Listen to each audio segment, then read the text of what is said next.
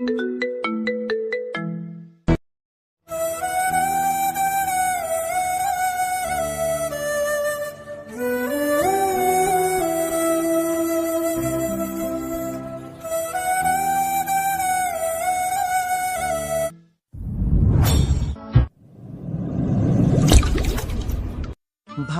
ঢুকে ক্লাসের দরজা ধাক্কা দেবে এমন সময় ভিতর থেকে আওয়াজ শুনতে পেলাম। স্যার প্লিজ স্যার ছেড়ে দিন আমায়। স্যার আমার ভবিষ্যৎ এভাবে নষ্ট করবেন না। আরে পাগলি, তোর ভবিষ্যৎ তো আমি গড়ে দিব রে। তুই একটু অপেক্ষা কর, শুধু দেখবি সব পরীক্ষায় first class first. Sir please না স্যার, এভাবে সর্বনাশ করবেন না। আরে চুপ, বেশি করলে পরে পরীক্ষাতেও ফেল করিয়ে দিব কিন্তু। আমি আর সহ্য করতে পারলাম না, দরজা ধাক্কা দিয়ে দিলাম। ধাক্কা দিতে স্যার নিজের প্যান্ট পরে নিল আর মেয়েটা দৌড়। এই তুই কে বে? সাহস কিভাবে হলো এখানে আসার? আরে স্যার, ক্লাসটা আমার। ক্লাস শুরু আরো 3 ঘন্টা পর। ও মা গো স্যার, আমার ঘড়িটা নষ্ট, আমি জানতামই না। যা ভাগ হারামি। আমি চুপচাপ চলে আসলাম। ঘড়িতে সময় 10টা। ভার্সিটির মোস্ট সিনিয়ররা এসে হাজির গেটের সামনে দাঁড়িয়ে সিগারেট খাচ্ছে। আয়ান প্রায় সব সিনিয়রদের চোখেই জিনিসটা পড়েছে, কিন্তু আয়ান কিছুই মানতেছে না। অনেকক্ষণ ধরে শিমুল জিনিসটা রক্ষা করছে। সে আয়ানের সামনে গিয়ে দাঁড়ায়। কিরে, সিনিয়রদের সম্মান দিতে হয়, তুই জানিস না? কে সিনিয়র? ভাই কোন ইয়ারে তুই? আগে তো দেখি নেই। আরে ভাই, সিগারেট আমি খাইতেছি আর জ্বলতেছে তোর, মানে বুঝলাম না। তোর কি আদব কায়দা নাই? নাম আয়ান, সাবজেক্ট ম্যাথমেটিক্স, 4th ইয়ার। এতদিন ক্লাস করি নাই, জাস্ট এক্সাম দিয়েছি অনলাইনে। আর কোনো ডিটেলস? আয়ানের কথা শুনে শিমুল থমকে যায়। কিন্তু তুই অনলাইনে কিভাবে এক্সাম দিলি? ভার্সিটি আমার বাপের, তাই। কি? হ্যাঁ। তুই ওই আব্বাসের ছেলে? আয়াত মুত্তাসির আয়ান। আরে ভাই, কি বলবো তোকে, তোকে দেখার কত চেষ্টা করেছি, কিন্তু ভাগ্য আমাদের। কি ভাগ্য আমাদের? আমরা তো ভাবছি তুই কোনো পোল্ট্রি মুরগি, তাই বাসা থেকে বেরিয়ে হোস না। হা হা হা। তার ছেলের হাসি দিয়ে সেখান থেকে উঠে যায় আয়ান। সামনে অনেকেই পড়ে জানাজানি হয়ে যায়। আব্বাস স্যারের ছেলে ভার্সিটিতে আসছে। কালো চুল, চোখে চশমা, হাতে ঘড়ি, কালো শার্ট, ছেঁড়া জিন্সে মনে হচ্ছে ছবি করার জন্য নায়ক বলে আসছে। নায়ক চলে আসছে। আয়ান ভার্সিটিতে আসছে খবরটা প্রায় সবাই জানলেও কিছু সংখ্যক লোক জানে না তা। আয়ান ভিতরের দিকে যেতেই কিছু ছেলে তাকে ডাক দেয়। সম্ভবত 3য় বর্ষের ছাত্র। এই এদিকে আয় তো। জি বলেন। ওই যে মেয়েটা দেখতেছিস, তাকে গিয়ে কিস করবি। কি? হ্যাঁ। আয়ান সামনের দিকে তাকিয়ে দেখে একটা মেয়ে হেঁটে যাচ্ছে। কেন যেন আয়ানের মেয়েটার সাথে কথা বলতে ইচ্ছে হলো। বিশেষ করে তার পাতলা ঠোঁটের গঠন দেখে আয়ান কিছু না বলে মেয়েটার কাছে যায়। আমি আয়ান। তো এদিকে আসো, একটু কাজ আছে। কি কাজ? আসতে বলছি, এসো। আয়ানের সাথে মেয়েটি যায়।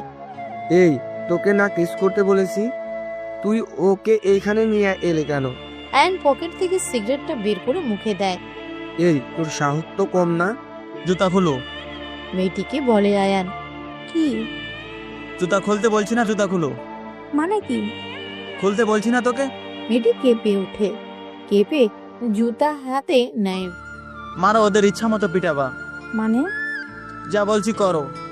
এই তোর সাহস তো কম না, আমাকে জুতা দিয়ে মারতে বলিস? দেখেছিস আমরা কতজন আছি, আমরা ধরলে পারবি তুই? আয়ান হেসে দেয়। যারা গ্যাং নিয়ে চলে তাদের গ্যাংস্টার বলে, কিন্তু যে একাই একটা গ্যাং শেষ করে ফেলে সে হলো মনস্টার, আর আমি সেই মনস্টার। বলে ধূপধাপ ঘুষি মারতে শুরু করে দেয়। তার মার দেখে পুরো কলেজ সেখানে এসে জড়ো হয়। অনেক মারার পরে কয়েকজন স্যার এসে তাকে আটকায়। শালা র্যাগিং করার লোক, জিনিস পাস না? মেয়েদের সম্মান নিয়ে খেলবি তো খেয়ে ফেলবো একবারে। আয়ানের বাবা এগুলো শুনে তাকে অফিসে ডাকে। আয়ান সামনে গিয়ে দাঁড়ায়। আয়ানের বাবা কিছু বলতে যাবে এমন সময় খবর আসে কলেজের বিল্ডিং এর উপরে একটা স্যারের লাশ পাওয়া গেছে। আব্বাস স্যার আর আয়ান সেখানে যায়। সেখানে গিয়ে দেখে যেখানে পতাকা টাঙানো থাকে সেখানে লাশ ঝুলছে স্যারের, তাও উলঙ্গ অবস্থায়, আবার লিঙ্গ নেই। এমন দৃশ্য দেখে সবাই অবাক। পুলিশকে খবর দেয়, পুলিশ এসেও বুঝতে পারে না এমন নির্মমভাবে কে মারল স্যারকে। আর সবচেয়ে অবাক করা বিষয় হলো স্যারটি আর কেউ না, সকালে যে মেয়েটিকে জোর করছিল এই স্যারটি সেই স্যার। পুলিশ লাশটিকে নিয়ে যায় ময়না তদন্তের জন্য। কলেজ বন্ধ করে দেওয়া হয়েছে, কিন্তু ভিতরের কাউকে বাইরে যাওয়ার অনুমতি দেওয়া হচ্ছে না। পুলিশ পাহারা দিচ্ছে, সিসি ক্যামেরা চেক করা হচ্ছে, কিন্তু সব ব্ল্যাঙ্ক।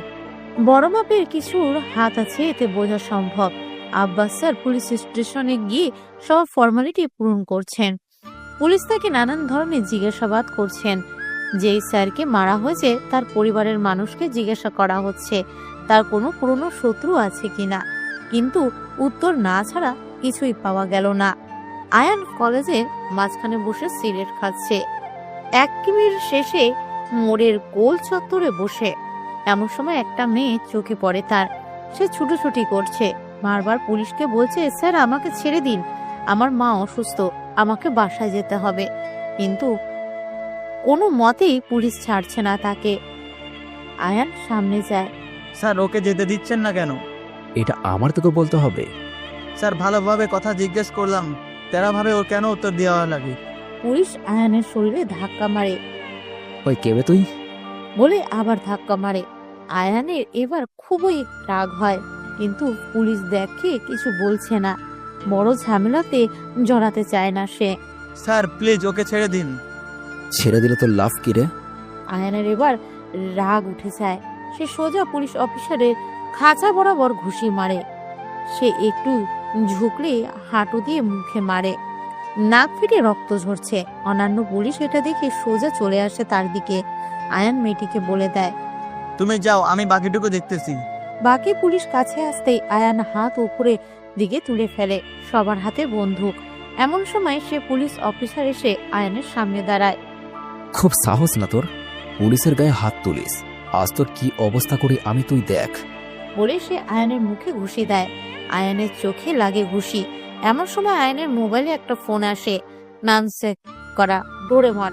পুলিশ অফিসার নাম দেখে হেসে দেয়। কিরে, তোর এই ডোরেমনটাকে এত বড় হয়েও কার্টুন দেখিস? স্যার ডোরিমন কি করতে পারে দেখবেন? দেখা দেখি। আয়ান ফোনটা রিসিভ করে আর শুধু বলে, ফায়ার। সাথে সাথে আশপাশ থেকে গুলির বন্যা বয়ে যেতে থাকে। যত পুলিশ আছে সবার হাতে গুলি লেগেছে। আয়ান একটা সিগারেট ধরিয়ে পকেটে এক হাত দিয়ে আরামসে হেঁটে যাচ্ছে। পুলিশ অফিসারের সামনে থেকে উঠে গোল চত্বরের মাথায় গিয়ে বসে। সব ছাত্রছাত্রীরা প্রায় ক্লাসে চলে গেছে। যত পুলিশ ছিল সবাই মাটিতে। এমন সময় পিছন থেকে একজন বেরিয়ে আসে, সাথে কিছু লোক এসে আয়ানের পাশে বসে। স্যার ডোরিমন দেখতে চাইছিলেন না? এই দেখেন আমার ডোরিমন, যা চাই তাই। সে আমায় এখন আপনার কলিজাটা চাইলেও তা এনে হাজির করে দিবে গো স্যার। চাইবো নাকি আপনার কলিজা? পুলিশ অফিসার এসে আয়নার পায়ে ধরে বসে। ভাই কে আপনি? আমি চিনিনি, আমায় মাফ করে দেন ভাই। আয়ান উঠে যায়। আয়ান জানে আবার এই রূপে ফিরে আসা তার ঠিক হয়নি। এই মনস্টার রূপে আসার সময় যে এখনো হয়নি, তাকে আরো অপেক্ষা করতে হবে। সে তার লোকদের দিয়ে সব পুলিশকে হাসপাতালে পাঠায়। যদিও সবার বাঁচা সম্ভব না, তবু চেষ্টা তো করতে পারে। আয়ান থানায় যায়। আয়ানকে থানায় দেখে ওসি আয়ানকে প্রশ্ন করে, কি ভাই আপনি? আমাকে চিনা লাগবে না, শুধু আমার পিছনে লোকটাকে দেখ। আয়ানের পিছন থেকে একজন বের হয়, আর কেউ না, ডোরেমন। ডোরেমনকে দেখা মাত্রই ওসির মুখ দিয়ে বের হয়ে যায়, আফজাল ভাই। হ্যাঁ চিনেছিস তাহলে এখন? ও যদি আফজাল ভাই হই তাহলে আপনি কে? হা হা হা, আয়াত মুত্তাসির আয়ান। ওসি আর কোনো কথা না বলেই সোজা আয়ানের পায়ে পড়ে যায়। ভাই আমাদের অফিসারকে মাফ করে দেন, ও বুঝে শুনে করিনি ভাই। যাই হোক, বেশি কিছু বলবো না। আয়ান বাহিরে বের হয়ে আসে, বাইক নিয়ে বাসার দিকে রওনা হয়। পিছনে আফওয়ান আর ডোরেমন। আফওয়ান আর আয়ানের জুটি সেরা। মনস্টার নামই চিনি সবাই তাদের। আয়ান বাসার কাছে গিয়ে বাইক রেখে উপরে যায়। কলিং বেল দিতেই তার মা এসে দরজা খুলে দেয়। আয়ানকে দেখিয়ে জড়িয়ে ধরে তার মা। বাবা, এতদিন পরে কোথা থেকে এলি? মা কাজ ছিল। আয়ান, তুই কিন্তু এখনো সম্পূর্ণ সুস্থ না। একটু রেস্ট নেবা। মা প্লিজ আমাকে ভিতরে যেতে দাও। আয়ান আর আফনান ভিতরে যায়। আফনান সাউন্ড বক্সে গান ছেড়ে গান শুনছে, আর আয়ান তার অতীতের কথা মনে করছে। আয়ান তার মনটা ছিল না, সেও মানুষ ছিল মাত্র, কিন্তু এখন 6 বছর আগের কথা। আয়ান তখন কলেজে উঠেছে মাত্র। অন্য সব ছেলেদের মতো সেও নিজের মেয়েদের পিছনে ঘুরতো। তারও স্বপ্ন ছিল তার একটা গার্লফ্রেন্ড থাকবে, সে তাকে নিয়ে ঘুরবে। কিন্তু তার আপু সব সময় তাকে বাধা দিত। তার আপু অনার্স প্রথম বর্ষে পড়ে। তাদের হাসি, খুনসুটি, ঝগড়া এইসব সবার নজর কাটত। ভাই বোনের সম্পর্ক কাকে বলে বোঝা যেত, কিন্তু মানুষের ভালো তো মানুষের সহ্য হয় না। সেকালে শহরের নামকরা গ্যাংস্টার ছিল রাজিন ভাই। রাজিন ভাই একদিন কলেজের পাশ দিয়ে যাচ্ছিল। হঠাৎ তার নজর পড়ে আয়েশার দিকে। তার খুব ভালো লাগে আয়েশাকে। আয়ান ঘুমিয়ে গেছিল আর এগুলো ভাবছিল। হঠাৎ ফোন বেজে ওঠে। সে চমকে ওঠে। ফোন রিসিভ করতেই পাশ থেকে কেউ বলতে থাকে, আয়ান, মাই বয়, তুমি বেঁচে আছো? কে? আয়ান, তুমি তোমার শুভাকাঙ্ক্ষীকে চিনতে পারছো না? আকরাম? হ্যাঁ আয়ান, আমি আকরাম। তুই? আমি কিভাবে জানলাম যে তুই বেঁচে আছিস, তাই তো? হুম। মনস্টার যখন শহরে আসে সবাই জেনে যায় আয়ান, আমিও জেনে গেছি। আয়ান এখন নিজের কর্মে পস্তাচ্ছে। কেন এমন মারামারি করতে হলো তার? আয়ান, তোর জন্য একটা সারপ্রাইজ আছে। কি? আয়ান, যে মেয়েটাকে সকালে তুই বাঁচিয়েছিলি, তার জামাই একটু সমস্যা হয়েছে। আমার ছেলেরা তা খোলার ব্যবস্থা করতেছে। আকরাম ভালো হবে না বলে দিলাম কিন্তু। আরে আয়ান বাবু, চেতো কেন? জামাই তো খুলবে, আর বেশি কিছু করবে না। আকরাম ওকে ছেড়ে দে। এসে বাঁচা, আমার মেয়েটাকে চাই না, তোকে চাই। তোকে নিজের হাতে মরতে চাই আয়ান, নিজের হাতে মরতে চাই। আমি আসছি, তুই মেয়েটার কিছু করবি না। আয় আয়ান, কিন্তু একা, তোর ডোরেমন যাতে না আসে। আরে তোকে মারতে আমি একাই যথেষ্ট, ডোরিমনকে লাগবে না। আয়ান বাইরে বের হতে নেয়। তখন আফনান প্রশ্ন করে, কোথায় যাস আয়ান? আফনান, আমি বাইরে যাচ্ছি, তুই মায়ের খেয়াল রাখিস। আচ্ছা। আয়ান বাইরে বের হয়ে যায়। কিছু দূর যেতেই তার ফোনে আবার আকরমের কল আসে। আরে আয়ান, আগের বারের মতো তোর ডোরেমনকে আবার একা রেখে চলে এলি? আগের বার তো তোর বোন মরেছে, এইবার মা মরবে, কিন্তু আগের বারের মতো ডোরেমন বাঁচবে না রে আয়ান। তোকে আমি কিভাবে কষ্ট দেই এখন বুঝবি আয়ান, এখন বুঝবি। আয়ানের মাথায় বাড়ি পড়ে যায়। এখন সে কাকে বাঁচাবে? আয়ান কাকে বাঁচাবে? তার ডোরেমনকে নাকি সেই মেয়েটিকে যে তার জন্য বিপদে পড়েছে? তার মাথায় কিছুই আসছে না। সে মাটিতে বসে পড়ে। কি করবে সে এখন? আয়ান, তুমি হার মেনে গেছো। তুমি না কত শক্ত আয়ান। তুমি হার মানতে পারলে আমি বিশ্বাসই করতে পারছি না। আরোহী, আমি পারছি না আর। আমার জীবনের কোনো এমন হবে? বলো, আমি তো এই জীবন চাইনি আরোহী। আয়ান, কোনো মানুষই মনস্টার হতে চায় না, সময় তাকে বানায়। আমি আর পারছি না আরোহী। আয়ান, আমার মৃত্যুর কথা না হয় বাদই দিলাম, তুমি আয়েশা আপুর মৃত্যুর প্রতিশোধ নিবা না? আমাদের আনাকে খুঁজবা না? আরোহী, আমি জানি না আনহা কোথায়। জানো না বলে কি তাকে খুঁজবা না? আর আমি পারছি না, কিছুই পারছি না। আয়ান, নবিতা যতই বোকা হোক, সে নিজের ডোরেমনকে বাঁচানোর জন্য কিন্তু সব করেছিল। আজ তোমার ডোরেমনকে তারা আবার বিপদে ফেলেছে, তুমি কি কিচ্ছু করবে না? আয়ান এইবার একটু সিরিয়াস হয়। তার মাথায় কি যেন আসে। সে উঠে দাঁড়ায়। সে আকরমের দেওয়া ঠিকানায় যেতে থাকে, যেখানে সে ওই মেয়েটিকে আটকে রাখে। আরোহী, আর যাই বলো, আমি জীবিত থেকে সেই সাহস আনতে পারি নাই। তুমি ছায়া হয়েও তার থেকে বেশি বুদ্ধি দিয়ে চলেছো। যদি বেঁচে থাকতে তুমি।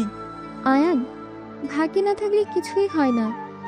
এখন আর না ভেবে মেয়েটিকে বাঁচাও আয়ান, যাও। আয়ান বাইকে করে সেখানে যায়।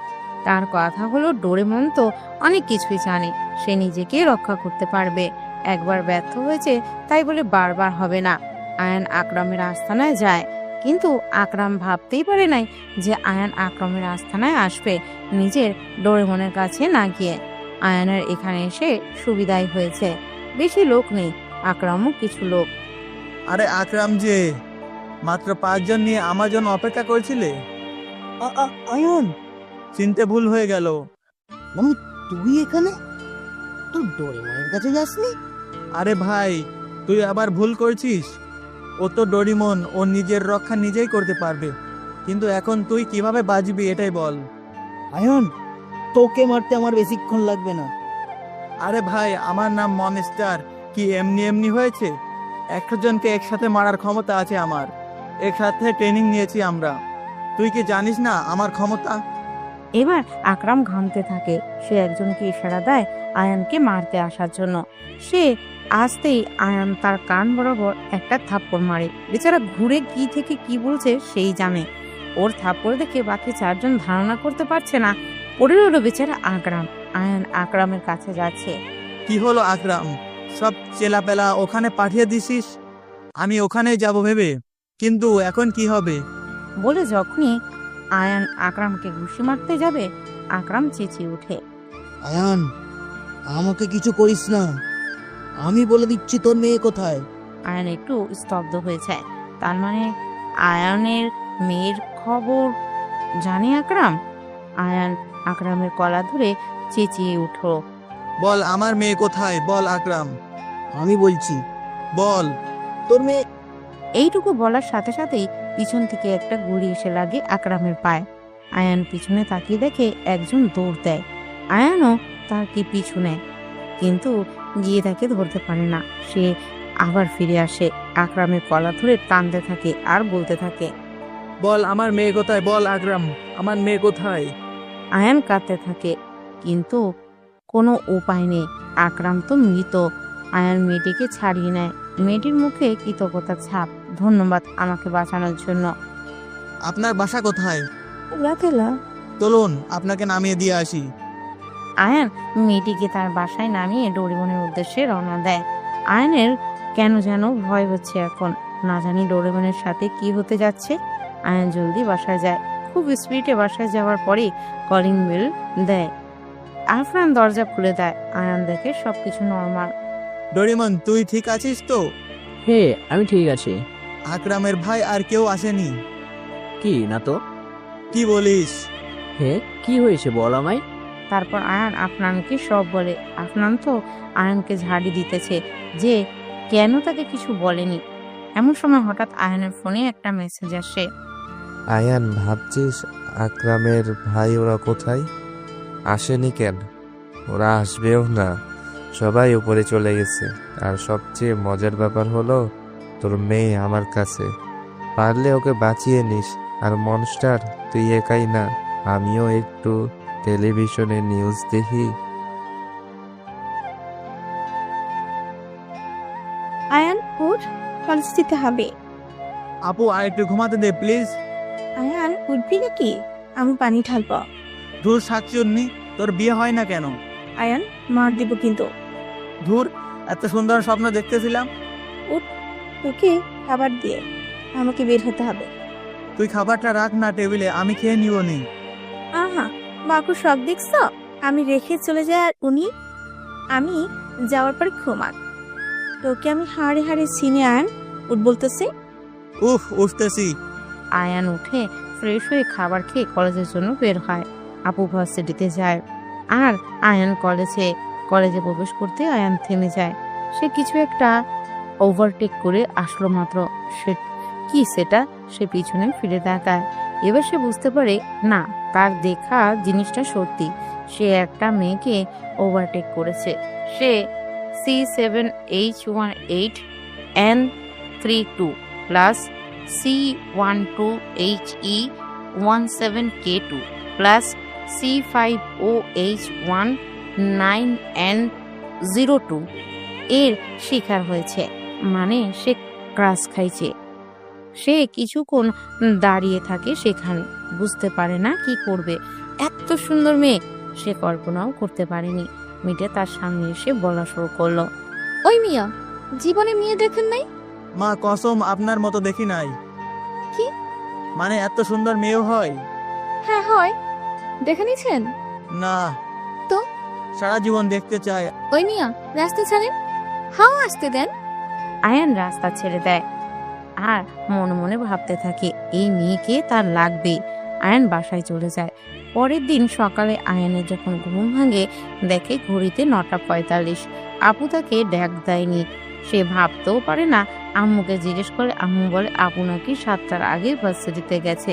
কিন্তু এত সকালে তো আপু ভার্সিটি যাওয়ার কথা না। তাহলে এত সকালে আপু ভার্সিটিতে কেন যাবে? আফনানের ধাক্কায় আয়ান বাস্তবে ফিরে। আয়ান চল বাইরে যাব। আরোহী কে খুব মিস করতেছি রে আফনান। আয়ান বাদ দে, চল।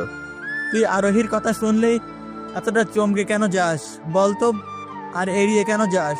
আয়ান তুই ভালো করেই জানিস আমার সামনে সব হয়েছে আর আমি কিছু করতে পারি নাই। 2টা মৃত্যু হয়েছে আমার সামনে আর আমি অপরাগের মতো দেখেছি। সেখানে ছিলাম আমি, কিন্তু কিছু করতে পারি নাই। আপনার তোর সেখানে কোনো দোষ ছিল না। অয়ন আমি কখনোই নিজেকে মাফ করতে পারবো না রে। আমার মেয়েটাকেও খুঁজতে হবে রে। সে তো এখনো অনেক ছোট, না জানি কেমন অত্যাচার করতেছে তার উপর ওরা। অয়ন চল বাইরে যাব, এসব নিতে পারতেছি না আমি। আয়ান আর আফনান বাইরে যায়। আফনান গাড়ি চালাচ্ছে আর আয়ান আবার পুরনো স্মৃতিতে ডুব দিচ্ছে। সেদিন কলেজে যায় আয়ান। কলেজে যাওয়ার কারণ হলো আরোহী। কলেজের গেটে বসে আছে সে। একটু পরে সে দেখলো যে আরু আসছে। পরনে লাল জামা, বা হাতে ঘড়ি, ডান হাতে চুড়ি, ওড়নাটা একটু অন্যরকম করে নেওয়া। মানে কি বলবো, আয়ান তার দিকে এক দৃষ্টিতে তাকিয়ে আছে। সে সামনে এলো। এই যে মিস্টার, আপনি আবার আমার দিকে তাকিয়ে আছেন? না মানে বেশি হলে কিন্তু কি করবেন? একবারে মারবো, ব্রেনে পড়বি ড্রেনে। কিন্তু ব্রেনে মারলে ড্রেনে কিভাবে পড়বো? আরে পড়বি পড়বি, কিভাবে? পরে কখনো দেখবো নি মিস্টার। আমি জানি কিভাবে। কিভাবে? ভালোবেসে তো ব্রেনকে ট্রেনে না চাঁদেও পাঠাতে সম্ভব। ওই মিয়া কি বোঝাইতে চান? বোঝাইতে না, ভালোবাসা চাই।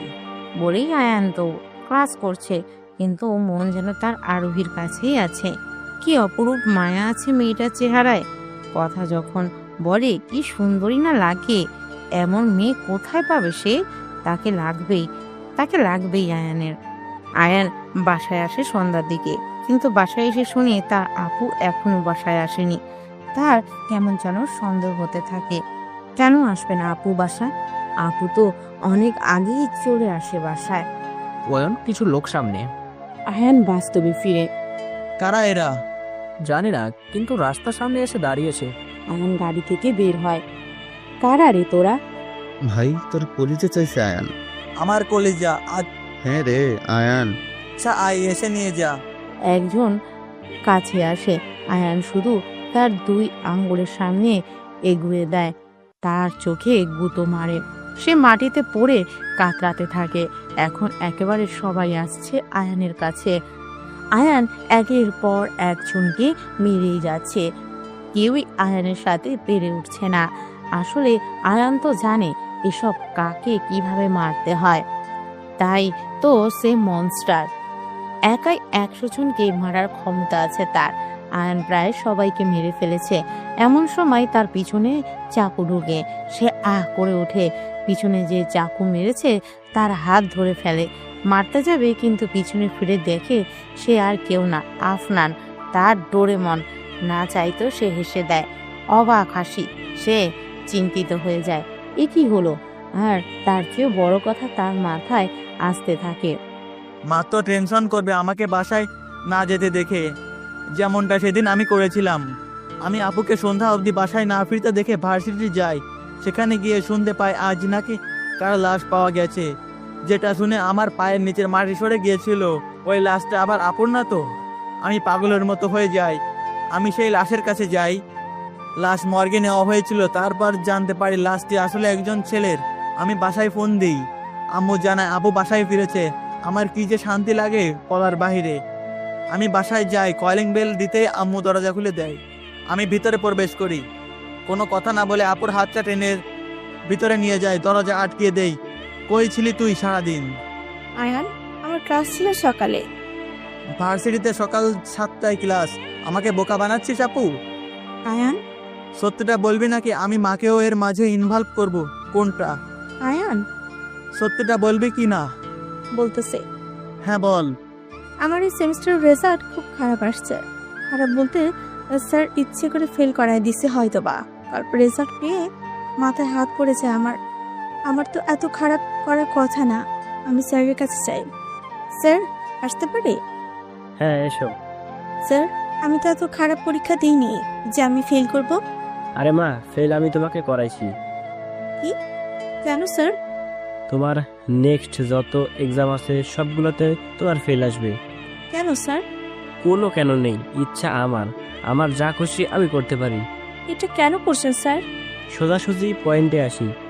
স্যার আসলে আমি ফেল করিয়ে দিলেও তোমার কিছুই করার নেই, আর তোমার ভবিষ্যৎ শেষ। আসলে তোমার শরীরটা আমার খুব পছন্দ হয়েছে, আমার লাগবে। যদি পাস হতে চাও তাহলে আমাকে তোমার শরীর দিতে হবে। বিশ্বাস করো, শুধু পাস না, ফার্স্ট ক্লাস ওয়ানেস্ট পাইয়ে দিব। এইসব ভাবছি এমন সময় ডোরিমন আবার আমার পিঠে চাকু ঢুকিয়ে দিল। বের করে না চাইতেও মুখ থেকে শব্দটা বের হয়ে এলো। না, এ তো ডোরিমন না। ডোরিমন যাই করুক নোবিতাকে মারতে পারে না। তোকে ডোরিমন ডেকে ভুল করেছি রে আফনান। হা অয়ন, যা, তোর মৃত্যুর সময় এসে গেছে রে। এই বলে আয়ানের বুকে লাথি মেরে ফেলে দেয় আফনান। আয়ান ব্রিজের নিচে পড়ে যায়।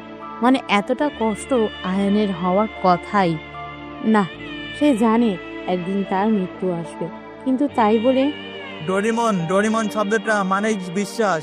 ডোরিমন মানে যে গ্যাজেট দেওয়া প্রাণী তা নয়। ডোরিমন মানে বন্ধুত্বের নাম। ডোরিমন মানে ভালোবাসার নাম। ডোরিমন মানে বিপদে পাশে থাকা একজনের নাম। আর যাকে আমার জীবনের ডোরিমন বানালাম সেই এই কাজ করলো। আয়ান হাসছে, এখনো হাসছে। আয়ান, আরোহী। খুব কষ্ট হচ্ছে তাই না? না আরোহী, শুধু মায়ের কথাটা মনে পড়ছে। আয়ান, তুমি অনেক স্বার্থপর। আমাদের মেয়ের কথাটা একবারও ভাবছো না? সে তো অনেক ছোট আয়ান। তোমার মা তোমার চিন্তা করতে পারে, আর আমি আমার মেয়ের চিন্তা করতে পারবো না? আমার মেয়েকে না বাঁচিয়ে তুমি মরতে পারো না আয়ান, মরতে পারো না। কি আরোহী, নিজে তো মরে শান্তিতে আছো, অথচ আমাকে মরতে দিবে না? আয়ান, আনহাকে বাঁচাও প্লিজ। আয়ান একটু শুয়ে থাকে। তার শরীর যেন চলছে না, রক্ত পড়ছে। উপর থেকে ডোরেমন একবার দেখে চলে গেল। তার এত কিসের যে তারা? আয়ান আস্তে আস্তে উঠার চেষ্টা করছে, কিন্তু কেন যেন কষ্ট হচ্ছে, অনেক কষ্ট হচ্ছে তার। কিন্তু তার কেন জানি সেই কান্নাটা মনে পড়ে যাচ্ছে আজ। আনহার কান্না। সে লাফ দিয়ে উঠে দাঁড়িয়ে যায়, শার্টটা খুলে নেয়, ক্ষত স্থানে বেঁধে নেয়। উপরে উঠতে পারে না, খুব কষ্ট হচ্ছে তার। তবু অনেক কষ্টে সে উপরের দিকে ওঠে। রাস্তায় দাঁড়ায়, অনেক গাড়ি আসছে, কিন্তু কোনো গাড়ি তাকে নিতেছে না। সে এবার রাস্তার মাঝে এসে দাঁড়ায়। হঠাৎ একটা গাড়ি এসে আয়ানকে মেরে দেয়। আয়ান রাস্তার সাইডে গিয়ে পড়ে। গাড়ি থেকে মধ্যবয়সী এক রমণী বের হয়ে আসে। আয়ান চোখে কিছুই দেখছে না, শুধু হেল্প করে চেঁচিয়ে যাচ্ছে। মেয়েটি তাকে গাড়িতে তুলে নেয়। তারা যাচ্ছে। মেয়েটির মনে ধারণা যে তার জন্যই এত রক্ত বের হচ্ছে আয়ানের শরীর থেকে। সে দ্রুত হাসপাতালে নিয়ে ভর্তি করে তাকে। হাসপাতালে ডাক্তার তাকে ভর্তি করতে চায় না প্রথমে, তারপর বেশি টাকার কথা বলে ভর্তি করবে। আয়ানের চিকিৎসা চলছে, অনেক রক্ত পড়েছে, রক্ত লাগবে, কিন্তু সেই মেয়েটির সাথে রক্তের মিল নেই। অতঃপর বাইরে থেকে রক্তের ব্যবস্থা করা হলো। এখন চিকিৎসা চলে আয়ানের। এদিকে আফনান দ্রুত প্লেনের টিকিট কেটে দুবাই চলে যায়। প্লেনে বসে ভাবছে। যা প্ল্যান করা তারা করেছিল সব হলো, একটু চুল নড়াচড়া হয়নি। বেচারা অয়ন সব হারালো। দুবাই নেমে এসে ট্যাক্সি ডাক দেয়। সে গন্তব্যে পৌঁছাতে 3বার ট্যাক্সি বদলায়। অতঃপর সে নিজে ঠিকানায় আসে। সেখানে এসে ভিতরে ঢুকতেই দেখে তার বস বসে আছে চেয়ারে। কাজ হয়ে গেছে বস, অয়নকে আধমরা করে রেখে চলে এসেছে। সাবাস, আমি জানতাম তুই পারবি। আরে বস, বুদ্ধি আপনার কি? খেলাটাই না খেললেন, সাপও পড়লো, লাঠিও ভাঙলো না, অয়ন সন্দেহ করতে পারলো না। এখন আয়ান সারা জীবন ডোরিমনকে খুঁজে বেড়াবে। তার মাথায় ঘুরবে ডোরিমন কেন মারলো তাকে, কিন্তু সে পারবে না জানতে, কারণ ডোরিমনকে তো সে খুঁজেই পাবে না কখনো। জি বস। যাও, অনেকদিন এই ডোরিমনের চেহারা নিয়ে বাঁচছো, এইবার সময় অন্য চেহারা নিয়ে বাঁচো। তোর প্লাস্টিক সার্জারি করার ব্যবস্থা করে দিচ্ছি আমি। দুদিন পরে আয়ানের জ্ঞান ফিরে। যে মেয়েটি তাকে বাঁচিয়েছিল সে চলে গেছে। আয়ান অনেক জিজ্ঞেস করে কিন্তু খোঁজ পায়নি মেয়েটির। ইনফরমেশন লিক করা নিষেধ।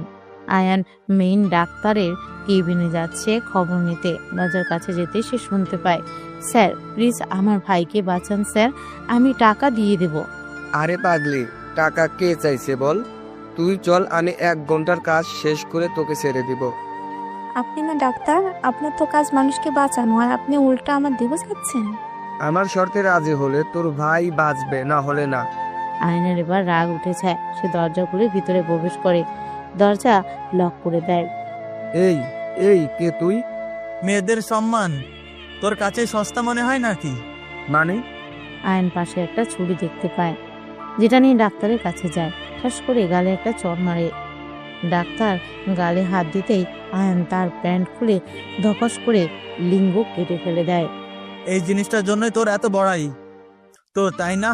এখন দেখাবো কিভাবে বড়াই করিস। ডাক্তার আ আ করে চেঁচাচ্ছে। বাইরে থেকে সবাই দরজা ধাক্কাচ্ছে। আয়ন মেয়েটিকে নিয়ে বের হতে যাবে, আবার ফিরে আসে। তোর মতো মানুষের বাছারই কোনো অধিকার নেই, এই বলে ধাপাস করে তার গলায় ছুরি চালিয়ে দেয়। গরু কাটলে যেমন রক্ত পড়ে ফিনকি দিয়ে, ঠিক তেমন ভাবে রক্ত পড়ছে, কিন্তু আয়নের কোনো ভ্রুক্ষেপ নেই। সে মেয়েটিকে নিয়ে বাইরে এলো। সবাই ভিতরে কাহিনী দেখে ভয় শেষ। একজন পুলিশকে ফোন দিচ্ছে। আয়ন ততক্ষণে এক ডাক্তারকে বলছে মেয়েটির ভাইয়ের চিকিৎসা করাতে। সে ভয়েই চিকিৎসা করতেছে। আয়ন ততক্ষণে এক জায়গায় গিয়ে বসল। তার আবার তার বোনের কথা মনে পড়ল। আপুর সামনে তোর ভবিষ্যৎ, মায়ের উপর থেকে চাপ কমাতে সে স্যারের প্রস্তাবে রাজি হয়ে যায়। যেই দিন 9:45 আমার ঘুম ভাঙে, সেই দিন সকাল 7টায় আপু স্যারের কেবিনে যায়। এই তো ভালো মেয়ে, কাছে চলে আসো আমার। স্যার আবার এইভাবে সর্বনাশ করবেন না প্লিজ। আরে সর্বনাশ কিসের? মজা নিবি মজা? Sir please. আরে চুপ, আমার কাছে আয়। স্যার আয়াশার কাছে যেতে থাকে, তাকে নিয়ে টেবিলের উপর বসায়। বুকের উপর থেকে ওড়নাটা টান দিয়ে সরিয়ে ফেলে। আয়াশার চোখ দিয়ে পানি পড়ছিল তখন।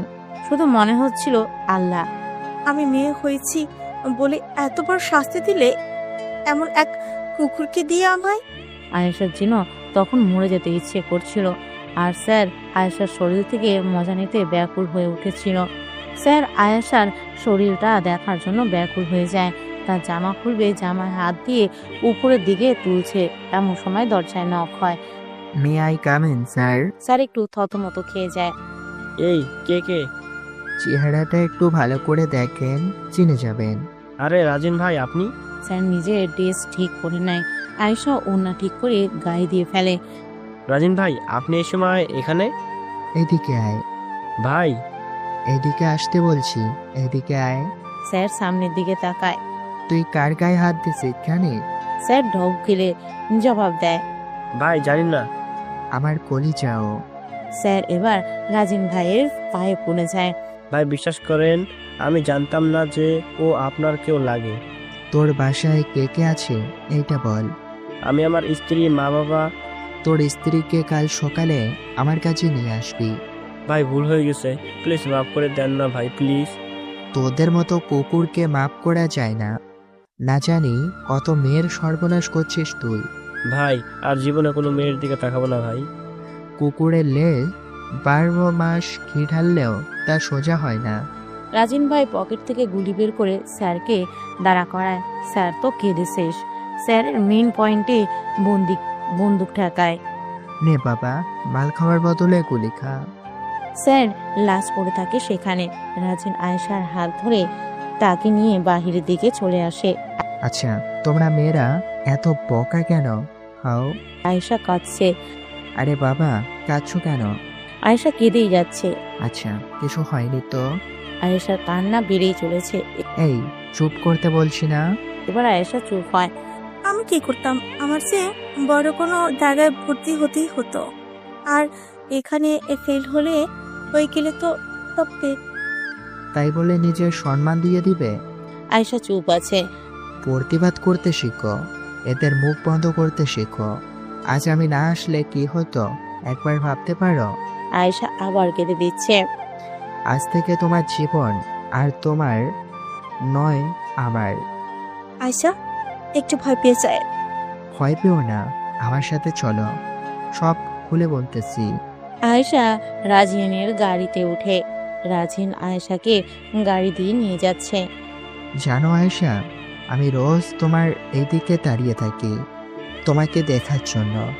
জানি না কেন, কিন্তু খুব ভালোবেসে ফেলেছি তোমাকে। যদিও আমাদের জগতে কোনো মেয়েকে ভালোবাসা যায় না, তবুও। আচ্ছা আপনি কে? আমি রাজিন, আন্ডারওয়ার্ল্ডের সাথে জড়িত। ডন আহমদ ভাইকে চিনো? হ্যাঁ, তোকে তো সবাই চেনে। আমি তার লোক, বাংলাদেশে থাকি। বাংলাদেশ কন্ট্রোল করার দায়িত্ব আমাকে দেওয়া হয়েছে। আয়েশা কাঁদতে থাকে। কি আমি? ভয় পেও না, আচ্ছা কি তার আপনি? আমি তোমাকে চাই আয়েশা, দেবে কি আমায়? কিন্তু কথা দিচ্ছি, জীবন দিয়ে হলেও তোমার রক্ষা করব, আর সব সময় তোমার সাথে থাকবো। আয়েশা দম নেয়। সারাদিন আমি রাজিনের সাথেই ছিলাম আয়ান। তো তুই একবার আমাকে ফোন করবি না? মনে ছিল না ভাই? কিন্তু তুই এত বড় ভুল সিদ্ধান্ত কি করে নিতেছিলি? প্লিজ এগুলো নিয়ে কিছু বলিস না আয়ান। আমি রাজিন ভাইয়ের সাথে দেখা করতে চাই। কালকে আসবে, তোকে নিয়ে কলেজে যাবে, কি জানি কথা আছে তোর সাথে। আচ্ছা। আয়ান বাস্তবে ফিরে। কল্পনা থেকে সে বাসায় যায়। কলিং বেল দিতে তার মা দরজা খুলে দেয়। আয়ান বরাবরই লেটে আসে, কিছুদিন পর পর আসে, তাই কিছু বলেনি আয়ানের মা। আয়ান নিজের রুমে গিয়ে শুয়ে আছে। পরের দিন সকালে ভার্সিটিতে যায় সে। আয়ানকে দেখে শিমুল এগিয়ে আসে। ভাই, কে আপনি? আমি আয়ান। মনস্টার আয়ান? হ্যাঁ। ভাই, আপনি তো মারা গিয়েছিলেন। না ভাই। ভাই, কি হয়েছিল আপনার সাথে, জানতে পারি কি? আয়ান তার সাথে শিমুলকে নেয় আর পাশের চায়ের দোকানে বসে। আয়ান, ওই আয়ান, সকাল হয়েছে তো। আপু আর একটু ঘুমাতে দে প্লিজ। আয়ান, রাজি নিচে তোর জন্য অপেক্ষা করতেছে। যে আয়ান লাফ দিয়ে উঠে যায়। দূর রো, আগে বলবি না? আমি তো রাজিন ভাইয়ের সাথে দেখা করতে যেতে চাই। উঠ এবার, ফ্রেশে নিচে যা। আয়ান জলদি ফ্রেশ হয়ে খাবার খায় এবং তারপরে নিচে যায়। আয়ান যে গাড়িতে উঠে। জি ভাই। আয়ান গাড়িতে উঠে আর রাজিন গাড়ি ছেড়ে দেয়। আচ্ছা আয়ান, তুমি আন্ডারওয়ার্ল্ডের সম্পর্কে ধারণা রাখো? হ্যাঁ রাখি। এগুলার প্রতি ইন্টারেস্ট আছে? না তেমন নেই। আমাকে চেনো? না মানে মাঝে মধ্যে নাম শুনেছি আপনার, গুলি চালানোর ভিডিও দেখেছিলাম। আয়ান, আমাদের সর্বপ্রথম কাজ কি বলতে পারবে? কি? নিজের পরিবারকে রক্ষা করা। আমরা ছেলে জাতি, আমরা যদি নিজের পরিবারকে রক্ষা করতে না পারি তাহলে তো আমরা কলঙ্ক, তাই না? আয়ান চুপ করে থাকে। আয়ান, আমি খারাপ পথে চলতেছি ঠিকই, কিন্তু তুমি দেখো, এই দুনিয়াতে মানুষ যাকে নরম পায় তাকেই পিষতে থাকে। এইটাই ঠিক। তুমি জানো আয়ান, আমার নাম কি? মানে এই দুনিয়া আমাকে কি নাম দিছে? Killing machine. হ্যাঁ, আমি এত মানুষ মারছি যা হিসাব ছাড়া। ভাইয়া, কিন্তু এটা কি ভালো ভাইয়া? আচ্ছা, কাল যদি তোমার আপুর সর্বনাশ হতো, এটা কি ভালো হতো? না। তোমার কি রাগ হয়নি তোমার আপুর ব্যাপারে ওইটা শুনে? হ্যাঁ হইছে। তাকে মারতে ইচ্ছে হয়নি? হ্যাঁ হইছে। তাহলে মানে ভাইয়া বুঝলাম না। আসলে আমি সেই সব মানুষকেই মারি। ও ভাইয়া, এতক্ষণে বুঝলাম। আমি তোমাকেও সব শিখাবো আয়ান। তোমারও ভবিষ্যৎ পরিবার হবে, সংসার হবে, তোদের রক্ষা করতে হবে।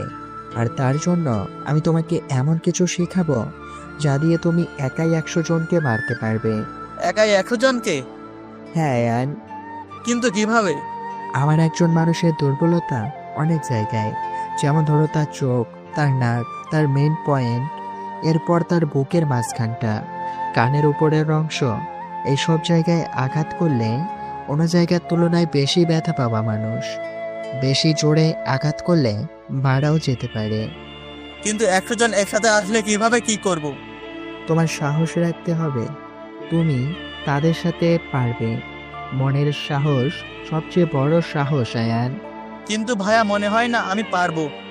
আয়ান বাদ দাও, তুমি না ডোরেমন খুব পছন্দ করো আয়ান? হ্যাঁ, ভালো লাগে দেখতে। ডোরেমন চরিত্রটা কেমন লাগে? ভাই আমি তার জন্যই দেখি। বাস্তবে ডোরেমন চাও? বাস্তবে ডোরিমন কেমন করে পাবো? চলো আমার সাথে। রাজিন আয়ানকে সাথে করে নিয়ে যায় তার সাথে। এক জায়গায় গিয়ে তারা থেমে যায়। নামো আয়ান। আয়ান নেমে যায়। রাজিন হাঁটতে থাকে, আয়ানও তার পিছনে হাঁটতে থাকে। আপনার, এই আপনার। একটা মাঝবয়সী ছেলে, বয়স বেশি হলে 20 হবে, দৌড়ে চলে আসছে। জি বস, বলুন। চল আমার সাথে। কোথায় বস? চল আমার সাথে। আচ্ছা বস। রাজিন আর আফনান এক জায়গায় গিয়ে বসে, সাথে আয়ানও আছে। আপনার শোন, আজ থেকে তোমাকে আমি আর কাজে রাখবো না। কেন বস, কি করলাম আমি? কিচ্ছু করনি। তাহলে? আজ থেকে তুই সব সময় আয়ানের সাথে থাকবি। কিন্তু? কোনো কিন্তু নয়, তুই আজ থেকে আয়ানের ডোরেমন। মানে তুই ওর চাকর না, বন্ধু, সব থেকে বড় বন্ধু। এমন বন্ধু যে সব সময় পাশে থাকবে, জীবনও দিতে পারবে। আমি পারবো বস। বেশ। আয়ান তো বেশ খুশি। কি আয়ান, ডোরেমন পাইছো? জি ভাই। আজ থেকে ও সব সময় তোমার সাথে থাকবে। আচ্ছা ভাই। আর আয়ান। জি ভাইয়া। তোমার ব্যাপারেও একটু দেখো। মানে ভাইয়া? মানে হলো আমার আর আয়েশার বিয়ের ব্যাপারটা একটু দেখো। আচ্ছা ভাইয়া, হেসে উত্তর দিই। আয়ানকে গাড়িতে তুলে দেয় রাজিন, সাথে আফনানও আছে। যাওয়ার আগে বলে দেয়, আয়ান, কাল থেকে তোমার ট্রেনিং শুরু। আফনানকে নিয়ে চলো, আসবে এখানে। ওকে। আচ্ছা ভাইয়া। আয়ান কলেজের উদ্দেশ্যে বের হয়, সাথে আফনান।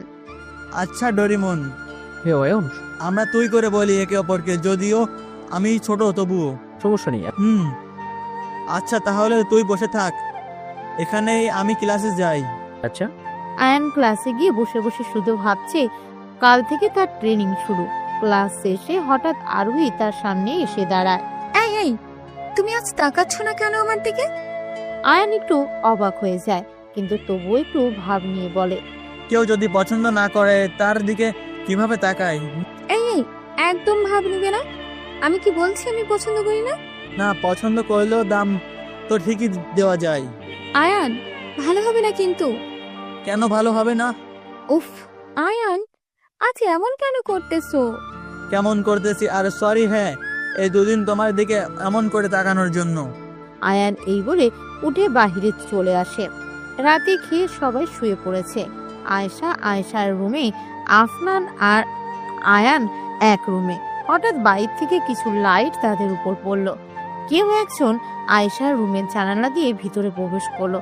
না, একজন না, বেশ কিছু লোক। তাদের মাঝে একজন হঠাৎ ফোন করলো। রাজিন ভাইয়া, চিনেছেন আমায়? আকরাম, তুই? হ্যাঁ ভাই, আমি। ফোন কেন করছিস এটা বল। এতদিন কিলিং মেশিন ছিলেন, হলো আশেপাশে কেউ ছিল না, যার জন্য আপনি নির্ভয়ে সবাইকে মারতে পারতেন। কিন্তু এইবার এই মেয়েকে নিয়ে যাব তুলে আমাদের সাথে, আপনি কিচ্ছু করতে পারবেন না। আকরাম, ভালো হবে না বলে দিলাম। আহা রাজিন ভাই, ব্যাকুল হইয়েন না। এখন দেখবো কি করে বাঁচান নিজের প্রেমিকাকে। রাজিন ভাই, নিজের হবু বউকে বাঁচাবেন না। আকরাম, ভালো হবে না বলে দিলাম। কি ভালো হবে না বে? বললে বাঁচা তোর বউকে। আকরাম। আকরাম ফোন রাইখা দেয়। আকরামের লোকেরা আয়েশার কাছে যাচ্ছে, এমন সময় পিছন দিয়ে একটু আওয়াজ হয়। ভাইয়ারা একটু থামেন। আকরাম ও তার লোকেরা পিছনে তাকায়। আপনার, তুমি এখানে? আফনান নাই রে, আর ডোরেমন হইয়া গেছি রে। মানে? আরে ভাই, ডোরেমন রে চিনিস না? ওই যে নীল বিড়াল। না, চিনি না। আজকে মার খেয়ে বাসায় গিয়ে ইউটিউবে ডোরেমন লিখে সার্চ দিস, পেয়ে যাবে। মার আমরা খাবো? আফনান কি করতে পারে তুই জানিস না? আকরাম, আমরা এখানে কতজন দেখেছিস? আরে আকরাম, আয়, মার খাওয়ার ইচ্ছা যখন এতই হয়েছে তো আয়, কাছে আয়। আকরামের এক লোক আগে যেতে চাইলো। আকরাম নিজেই তার হাত ধরে থামালো তাকে। ঠাস, তোরে আমি বলছি যাইতে। কিন্তু বস। জানি চাচা। ওকে বস। আজ চলে যাচ্ছি আপনার, কিন্তু যেদিন থপ্পড়ে পড়বি সেদিন বুঝবি এই আকরাম কি জিনিস। দেখা যাবে আকরাম। আয়ান বাহিরে ছিল। আকরামরা যাবার পরে সে ভিতরে এলো। আয়ান, তুই এত ভয় পাস? আরে নবিতা একটু ভীতু থাকে। তাই বলে এতটা? হ্যাঁ এতটাই। আচ্ছা ওরা তোকে দেখে এত ভয় পায় কেন? আকরামের এক দাঁত ভাঙা, একটু দেখিস। ওহ এই ব্যাপার। হুম, কিন্তু তুই এত পারদর্শী কিভাবে? হইতে হয় রে ভাই, হইতে হয়। কিন্তু কিভাবে? রাজিন ভাই বানাইছে, কাল তুই তার সাথে দেখা করিস, সব বুঝে যাবে। আচ্ছা। সকালে ঘুম থেকে উঠে আয়ান রাজিন ভাইয়ের সাথে দেখা করতে যাচ্ছে, সাথে আফনান। আয়েশাও তার মা বাসা চেঞ্জ করে ফেলেছে। রাজিন ভাই যেই বাসা বলেছে সেই বাসায় তারা এখন। আয়ান, জি রাজিন ভাই। আয়ান, তোকে কিছু বলার আছে। আর আগে আমায় বলতে দিন, কাল রাতে কে ছিল ওরা? আর যদি ডোরিমন না থাকতো তাহলে তো। তাই তো দিছি তোকে ডোরেমন। আয়ান, ডোরেমন শুধু নবিতারই না, তার পরিবার, বন্ধু বান্ধব সবার খেয়াল রাখে, কিন্তু তোমায় নবিতা হয়ে থাকতে চলবে না। তাহলে কি করতে হবে ভাই? আয়ান, তোমাকেও আফনান হতে হবে। আমি চাই তুমি আর আফনান যখন একসাথে দাঁড়াবে তখন সামনে 100 জন থাকলেও যাতে না পারে। ভাই চিন্তা করিয়েন না, সব হবে। আরে আফনান সাহস দিচ্ছে তোমায়। আয়ান, তুমি পারবে। আয়ান ভাবছে এসব, হঠাৎ পুলিশ এসে তাকে ধরে। আয়ান বাস্তবে ফিরে কল্পনা থেকে। ভাই, আপনি খুন করছেন? হ্যাঁ। কিন্তু আপনি যেভাবে খুন করছেন, সেই মনস্টার গ্যাংয়ের লোকও তো একইভাবে খুন করছে। তার মানে কি আপনি? না আমি না, আমি হলে বলে দিতাম, এমন করে মারতাম না। জানি ভাই। আয়ান সেখান থেকে উঠে যায়, বাহিরে বের হয়ে আসছে। পিছনে একজন পুলিশকে জিজ্ঞাসা করলো, স্যার, কেউ খুনি জেনাও ছেড়ে দিলেন? মনস্টার এই দেশের সবচেয়ে বড় ক্রিমিনাল রাজিন ভাইকে চিনতেন? জি। ও রাজিন ভাই এর খুনি। কি? হ্যাঁ, রাজিন ভাইকে খুন করা আসামিও। রাজিন ভাই ভাবছিল ওকে কিছু বানাবে, কিন্তু ও যে এমন ছেলে ও জানতো না। খাঁটি স্বর্ণ হাতে নিয়ে কাজ করলে এমনই হয়। এমন জিনিস হয়েছে, ভাই ভাবছিল একে দিয়ে ছোটখাটো কাজ করাবে, কিন্তু ও একাই 100 জনকে মারার ক্ষমতা রাখে। তাই ওর নাম হয়েছে মনস্টার। এখন ও বড় কোনো জায়গায় গিয়ে আয়ান নামটা নিয়েন, তাদের আত্মা কেঁপে উঠবে। আয়ান তার মনে হেঁটে যাচ্ছে, বাসায় যেতে হবে। মা চিন্তা করছে। আয়ান বাসায় গিয়ে কলিং বেল দিতেই তার মা দরজা খুলে দেয়। দরজা খুলে আয়ানকে দেখে সে ভূত দেখার মতো করে ওঠে। মা এমন করছো কেন? আয়ান, মা তুমি চেঁচাচ্ছ কেন? আমি তো এখানেই। আয়ান। মা কি হয়েছে? এই বলে সামনে তাকাতেই দেখে সামনে ঠিক তার মতো চেহারায় আরেকজন দাঁড়িয়ে আছে। মানে ভিতরে থেকে আসলো। আয়ান যেন এইবার শক খেয়ে যায়। কেউ আর আমার বাসায়? এখন আয়ানের মা তো আরো বিপাকে।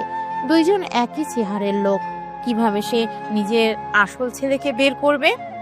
আয়ানের সামনে নিজের মতো দেখতেই আরেকজন, সে জানে না কিভাবে তার মাকে বিশ্বাস করাবে। আবার তার মাও জানে না যে সে কি করবে, কিভাবে তার ছেলেকে খুঁজে বের করবে। সবাই চুপ। এমন সময় ভিতর থেকে ঠান্ডা একটা কণ্ঠে আওয়াজ আসে, বাবা বাবা, ও বাবা, কোথায় তুমি? আয়ান স্তব্ধ হয়ে যায়। আয়ানের মায়ের পিছনে যে আয়ানের রূপে দাঁড়িয়ে আছে, ঠিক তার পিছন থেকে ফুটফুটে একটা পরি বেরিয়ে আসে। জন্মের পর থেকে দেখেনি আয়ান। আনহা তার নাম, এইটাই শুধু জানে। আজ তাকে সামনে দেখে যেন আয়ানের চোখ থেকে পানি এসে পড়ে। আয়ানের মা কাছের দিকে এসে ঠাস করে আয়ানকে চড় মারে। তোর সাহস তো কম না যে তুই আমার ছেলের চেহারায় এখানে এসেছিস? তুই কি ভাবছিস যে আমি তোকে চিনতে পারবো না? এই দেখ আমার ছেলের সন্তান। এখন কি তুই বলবি তুই এর বাবা? আনাহাকে ধরে আয়ানের মা তার কাছে আনে। মা কি বলছো তুমি এসব? তোদের কি মনে হয় তোর জন্য আমি আমার ছেলেকে অবিশ্বাস করব? পিছন থেকে ছদ্মবেশীধারী আয়ান তখন হাসছে। কথা বলতে বলতে হঠাৎ আয়ানের মা আনহাকে নিয়ে দৌড় দিয়ে আয়ানের পিছনে চলে আসে। ছদ্মবেশী আয়ান একটু অবাক হয়। নিজের মেয়েকে দেখার পরে প্রকৃত বাবার চোখে এমন পানি আসে যেমন ওর আসছে, আর তোর চোখে আমি তেমন মায়াও দেখিনি মেয়েটার জন্য। এত বড় ধোকা আমার সাথে। এখন চুপ কর আর বল কে তুই? আরে আয়ান বাবুজি, এত ব্যস্ত হলে কিভাবে? তো কি হবে? তোকে চুটকি মেরে উড়িয়ে দিতে পারবো আমি। জানিস কি তুই? আমার নামটা কি জানিস মেবি? আরে মনস্টার, তুই দুনিয়ার পারবো আমি। জানিস কি তুই? কে তুই? আমি যেই হই সেটা তোর জানতে হবে না। আরে রাজিন ভাই, আপনারা আমি চিনতে পারবো না, এ কি হয়? আয়ান, আপনি আমারে বানাইলেন আর আপনাকে আমি ভুলে যাব, এ কি কিভাবে হয়? কিন্তু ভাই একবার বাসায় এসে বলতে তো পারতেন। আর আপনি আমার চেহারা কেন নিয়েছেন? আয়ান, তোকে এত বিশ্বাস করে আমি বানাইলাম, আর তুই আমাকে মেরে দিলি। ভাই পেছন থেকে সেই দিন ছুরিটা আমি চালাইনি, চলাইছিল আপনার শরীরে। কি? তাহলে কে মারছিল আমাকে? সেদিন পিছন থেকে চাকু আমি চালাইনি। তো কে? ভাই সেটা আকরাম ছিল। কি বলতেছো তুমি আয়ান? আমি সত্যি বলতেছি ভাই। পুরো দুনিয়া যখন আমাকে আপনার হত্যাকারী বলে তখন খুব খারাপ লাগে, কিন্তু কিছুই করার নেই। আমার তাদের বোঝানোর দরকার নেই, আপনাকে বোঝাতে হবে। বাদ দাও এসব আয়ান। আপনার কই? ভাই আপনি জানেন সে আমার পিছন দিয়ে ছুরি মেরেছে। কি? হ্যাঁ ভাই। ও কোথায় এখন? জানি না ভাই। আয়ান আর কিছু বলে না, সে আনহার কাছে যায়। আচ্ছা তুমি কি আমার বাবাই? কেঁদে দিয়ে। আমার মামা কই? বাবাই, তুমি আমায় ছেড়ে যাবে না তো কখনো? না মা, কখনো না। আয়ান আর কিছু না বলে জড়িয়ে ধরে আনহাকে। ছোট্ট মেয়ে, কিন্তু এখনই সে তার মাকে খুঁজছে। আয়ান তাকে ধরে অনেকক্ষণ কাঁদে। সে সারা রাত আনহাকে জড়িয়ে ধরে শুয়ে থাকে। একজন বাবার কাছে যে তার মেয়ে কতটা মূল্যবান তা আয়ানকে দেখলেই বোঝা যায়। কিন্তু আয়ানের এখনো অনেক কাজ। তার ডোরেমনকে বের করতে হবে খুঁজে। আয়েশা ও আরোহীর খুনিকে খুঁজে বের করে মারতে হবে। তার যে এখনো শাস্তি পেলে চলবে না। আয়ান ঘুমায় রাতে। সকালে তার ফোনে একটা মেসেজ দেখতে পায়। সে কোনো কিছু না ভেবেই বাসা থেকে বের হয়। সে একটা গ্যারেজে বসে আছে, হয়তো কারো অপেক্ষা করছে। তার ঘাড়ে সে কারো যেন হাত অনুভব করে। সে পিছনে তাকায়, সাথে সাথে তার পিঠে চাকু ঢুকিয়ে দেয়। আয়ান আহ করে চেঁচিয়ে ওঠে। আর সবচেয়ে বেশি অবাক হয় আয়ান সেই মানুষটিকে দেখে যে তাকে চাকু মারে। সে 3-4 বার চাকু ঢুকিয়ে বের করে আর আয়ানকে লাথি মেরে মাটিতে ফেলে দেয়। আয়ানের চোখ যেন নিভে আসছে, কিন্তু নেভার আগে তার বারবার নিজের মেয়ের কথাই মনে পড়ছে। বাবাই, তুমি আমাকে ছেড়ে যাবে না তো? ট্রেনে দাঁড়িয়ে যাচ্ছি, আজ ভালো ট্রেন পাইনি, লোকালে যাচ্ছি। লোকালের অভিজ্ঞতা তিক্ত, আর তার থেকেও তিক্ত জিনিস সামনে কিছু ছেলে মিলে একটা মেয়েকে ডিস্টার্ব করতেছে। ডিস্টার্ব বললে ভুল হবে, ছেলেগুলো মেয়েটার বিভিন্ন জায়গায় হাত দিতেছে। ওনাও একজন নিয়ে নিয়েছে, তবুও আশেপাশের লোক দাঁড়িয়ে আছে, যেন মজা নিচ্ছে তারা। এমন দেশে বাস করতেছি এই ভেবেও লজ্জা লাগছে। কিছুক্ষণের মাঝে আরো অবাক হলাম যখন দেখলাম ছেলেগুলো মেয়েটিকে একটি সার্কেলের মাঝে আবদ্ধ করে ফেললো। মানে ভাই থেকে কিছু দেখার উপায় নেই, বুঝতে বাকি রইল না যে মেয়েটির সাথে তারা কি করতে চাচ্ছে। কিন্তু অবাক করা বিষয় হলো মেয়েটি এখনো কোনো আওয়াজ করতেছে না। আমার মনে কৌতূহল জাগে, আমি সামনের দিকে এগোতেই থাকি। যখন ছেলেগুলোর কাছে যাই তখন হঠাৎই মনে হয় যে ভিতর থেকে গোঙানোর আওয়াজ আসতেছে। আমার মাথায় আসে মেয়েটি বোবা নয় তো আবার। আমি একজনের কাঁধে হাত দেই, ভিতরে চোখ যেতে দেখি মেয়েটির জামা প্রায় খুলে নিয়েছে জানোয়ারেরা। মেয়েটির চোখ দিয়ে পানি ফেলতেছে, কিন্তু কিছুই করতে পারতেছে না। আমি একজনের ঘাড়ে যে হাত দিতেছি সেটাও আমার কলারের হাত দিয়ে দিয়েছে। এতক্ষণ পর্যন্ত ওদের গায়ে হাত তোলার আমার কাছে কোনো কারণ ছিল না, কিন্তু এখন কারণ পেয়ে গেছি। এক চড়ে পাশের সিটে গিয়ে বাড়ি খায় ছেলেটি। পাশের বাকিরা একটু পিছিয়ে যায়, সবার দৃষ্টি আমার দিকে। মেয়েটি খুব দ্রুত জামা ঠিক করে নেয়। একজনকে মার খেতে দেখে সামনে থাকা একজন বলে ওঠে, কার গায়ে হাত তুলছিস তুই জানিস?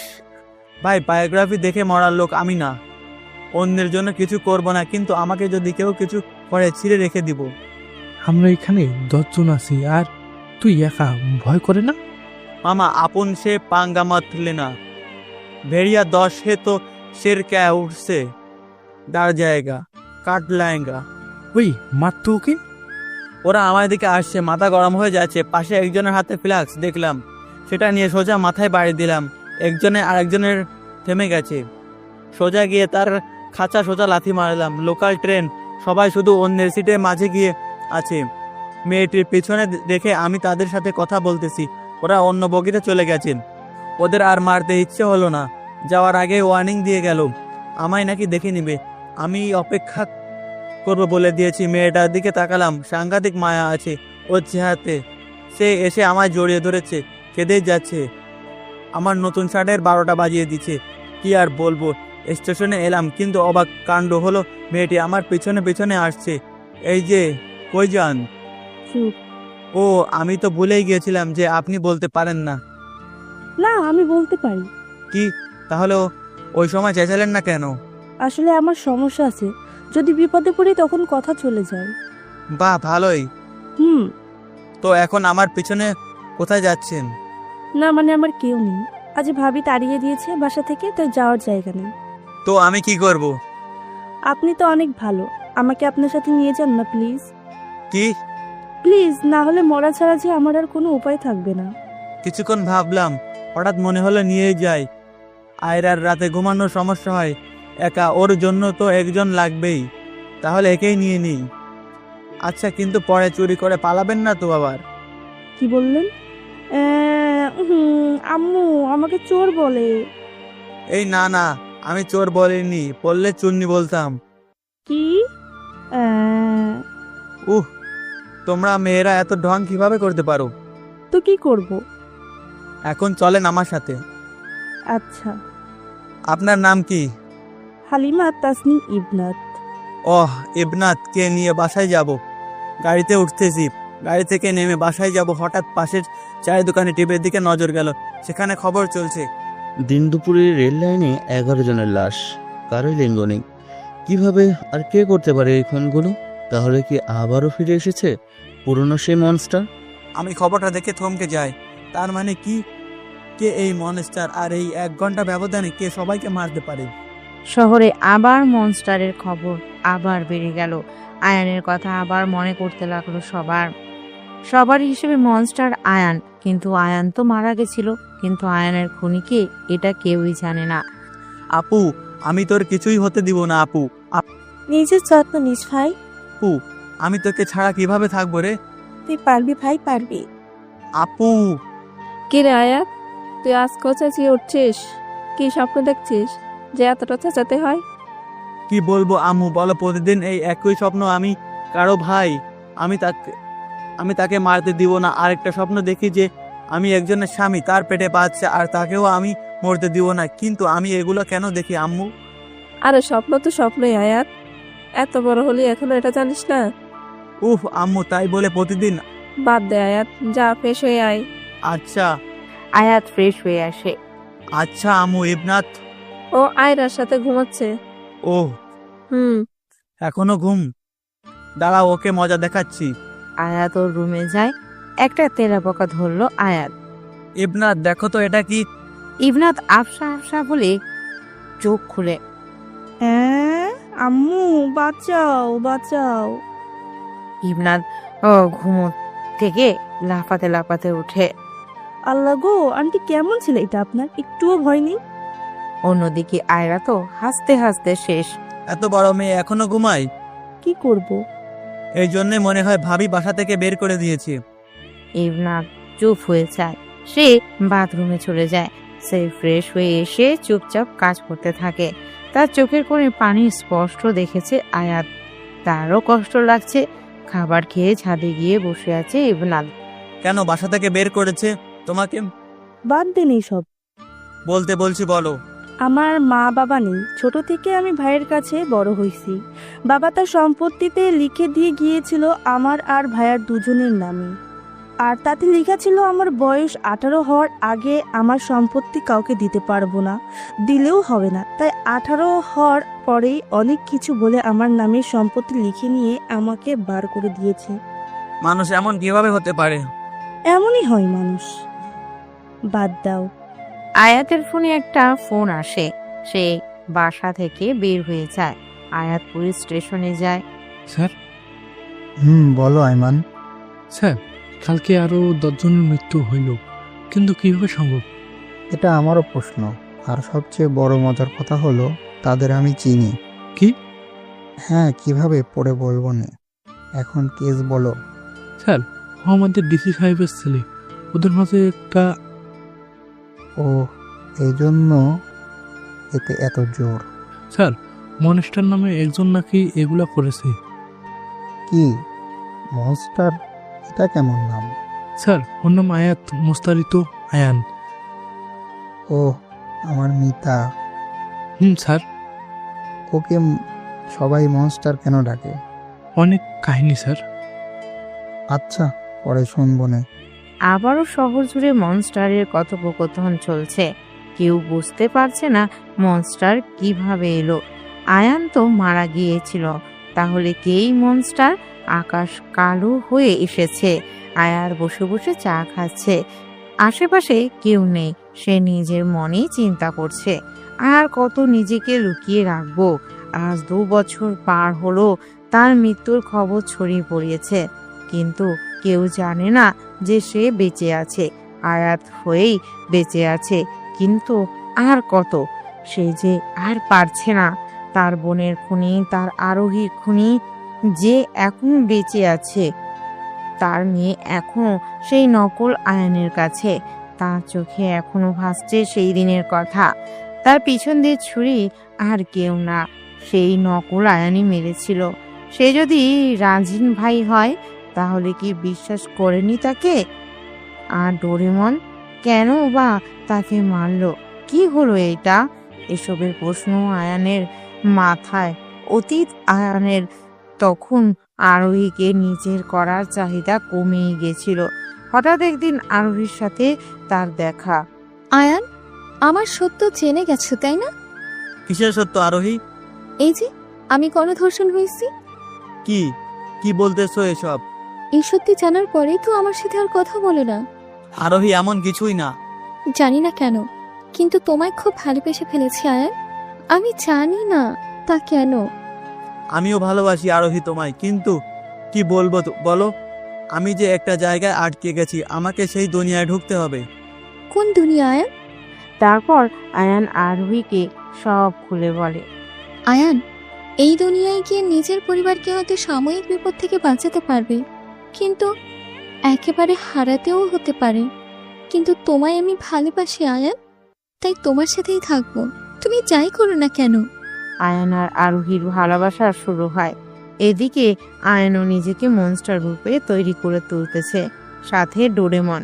শহরে যত বড় বড় হাঙ্গামা হতো, তাতে ডোরেমন আর আয়ান থাকতো। কেউ কোনো কাহিনী করলে সে যেই হোক না কেন, আয়ান আর ডোরেমন মিলে সামাল দিত।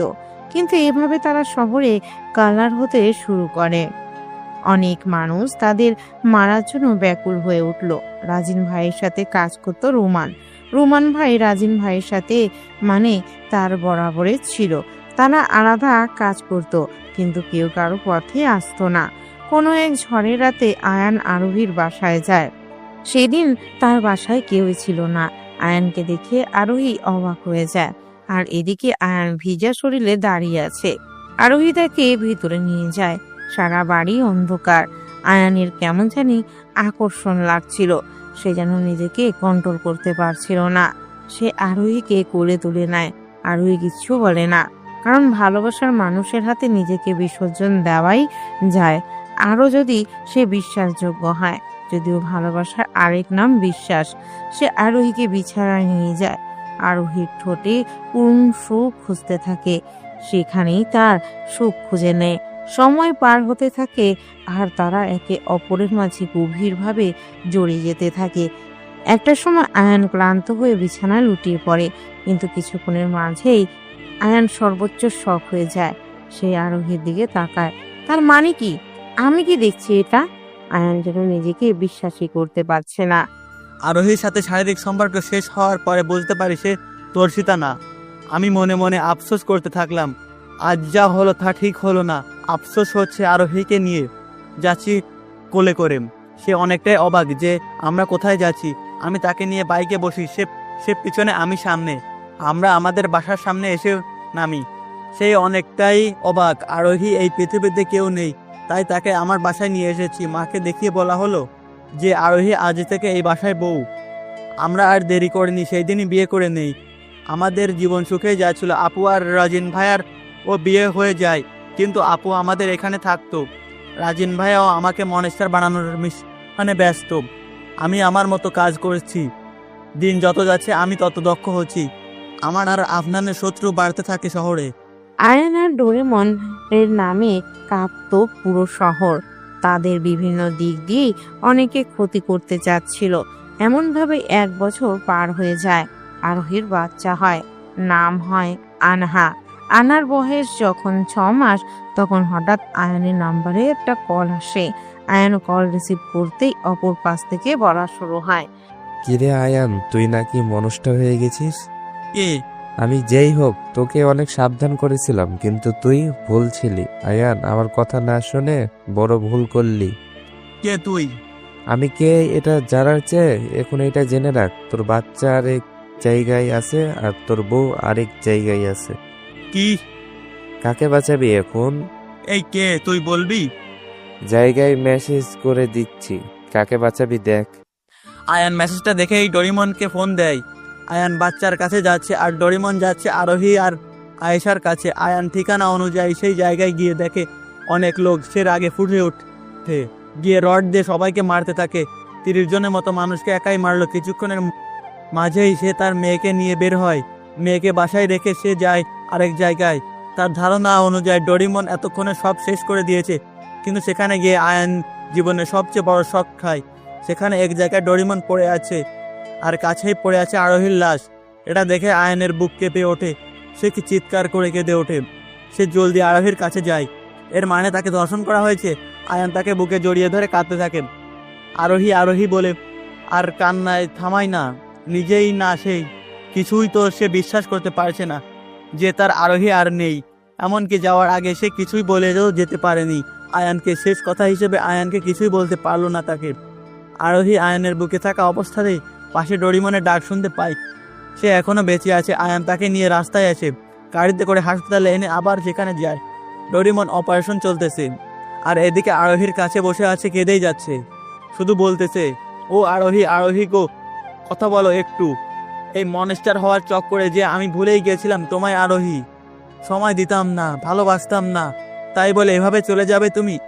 এত কষ্ট দিচ্ছ শালারা তোমায়। আয়ানের কান্না যেন থামার নামই নিচ্ছিল না। আজকে চেয়ে খারাপ দিন তার জীবনে আর ছিল না। আয়ানের মোবাইলে আবার একটা ফোন আসে। সে রিসিভ করতে পাশ থেকে বলে ওঠে, তোর বউকে খেয়ে অনেক মজা পাইছে রে আমার ছেলেগুলো। খেয়ে জিনিস। কে তুই হারামি কুত্তার বাচ্চা? তুই এত সুন্দর মেয়েকে খাওয়ার পরেও এই গালি শুনে আর আফসোস হবে না রে আয়ান? জানিস তোর বউ মরার আগে শুধু বলেছিল, আমার আয়ান তোদের ছাড়বে না, আমার আয়ান তোদের ছাড়বে না। কিন্তু তার আয়ান তো জানেই না আমরা কে। তোরে যদি পাই রে, কয় টুকরা যে করব আর আমি। তার আগে এইটা তো ভাব যে কিভাবে তোর বোনকে বাঁচাবি। আমার ছেলেরা যে এখন তোর বোনের থেকে মজা নিচ্ছে। হারামি তোরে আমি।